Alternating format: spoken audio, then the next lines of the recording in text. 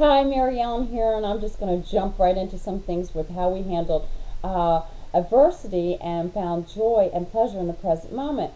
As I said earlier, and I'll just recap this a little bit, when I graduated from college, my father was in the hospital, and was given 2 weeks to live, and they kept him there during my ceremony.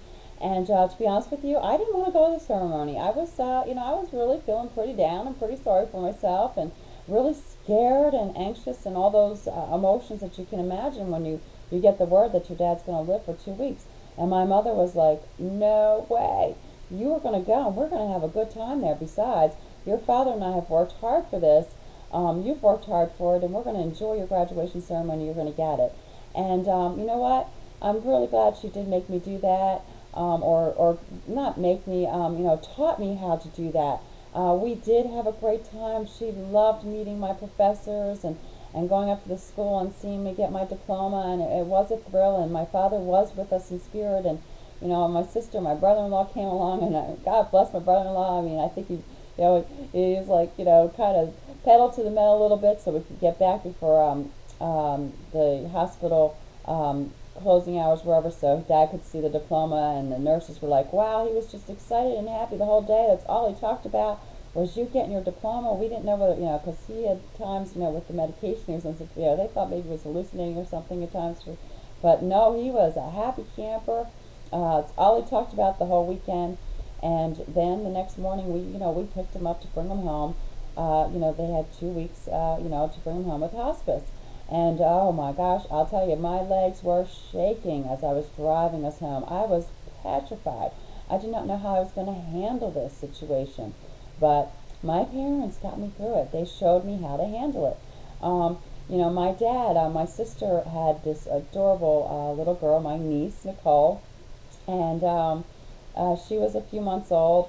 And I can remember one day, because they gave him 2 weeks, but my father, he just didn't listen to that kind of stuff. He lived 10 months, and one day he was lying on the couch, and he was no longer really able to walk without help. And Nicole was just starting to, cruise around. She was like taking a step here or there and falling. And I can still see the look and the glory on his face.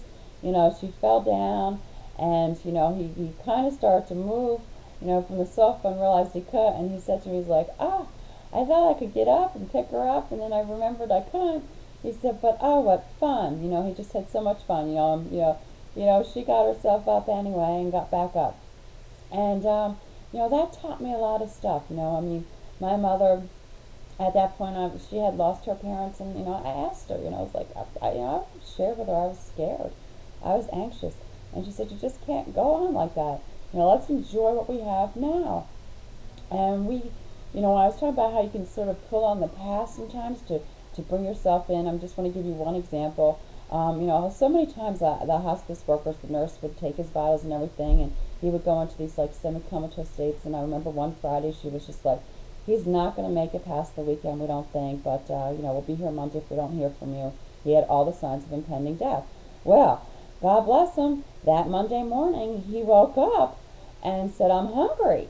And so, we wheeled him out to the kitchen, made him a breakfast. The hospice worker came over. I remember even the physical therapist, who had stopped for a while because he wasn't doing anymore. And he's like, he said to Ken, he's like, "I want to walk."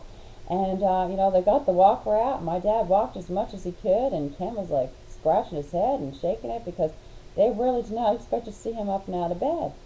And that taught me something. It was like, I was worried, that how I was going to handle that final moment, but I didn't know when it was going to happen, so why not enjoy the moments that were there, right? So, we used to have a great time at the shore, just to give you one example.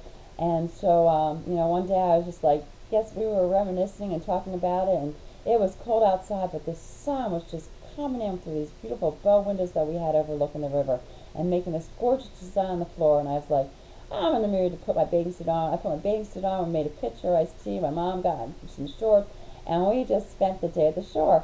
In our mind, and the hospice workers came in, and they had their bundled up with their coats, and I was like, "Come on in.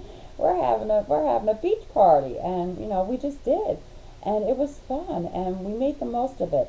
I mean, does that mean there weren't tears, and there wasn't some pain, and there wasn't some anxiety and things like that? Yes. but we found a way to find moments of joy and string them all together. And that's what I'm talking to you about. Find the joy, in that present moment. And I'm so glad, because now I can look back on that time with my dad and my mom, and there are some happy times. Yes, sometimes it's sad, but there are some happy times. Now I'm going to share with you the next time that I had to go through what I consider the most challenging thing again, and that was my mother, who also had a very lingering illness.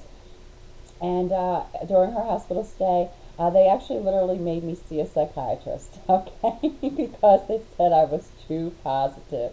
I had taken the lessons I had learned from my mom and dad, in dealing with her illness. Now I was on my own. I didn't have my mom as my mentor and my guide, or my father. Anyway, so stay tuned for the next video. Find out what happened to me with the shrink, why my mom was in the hospital with a prolonged illness, okay?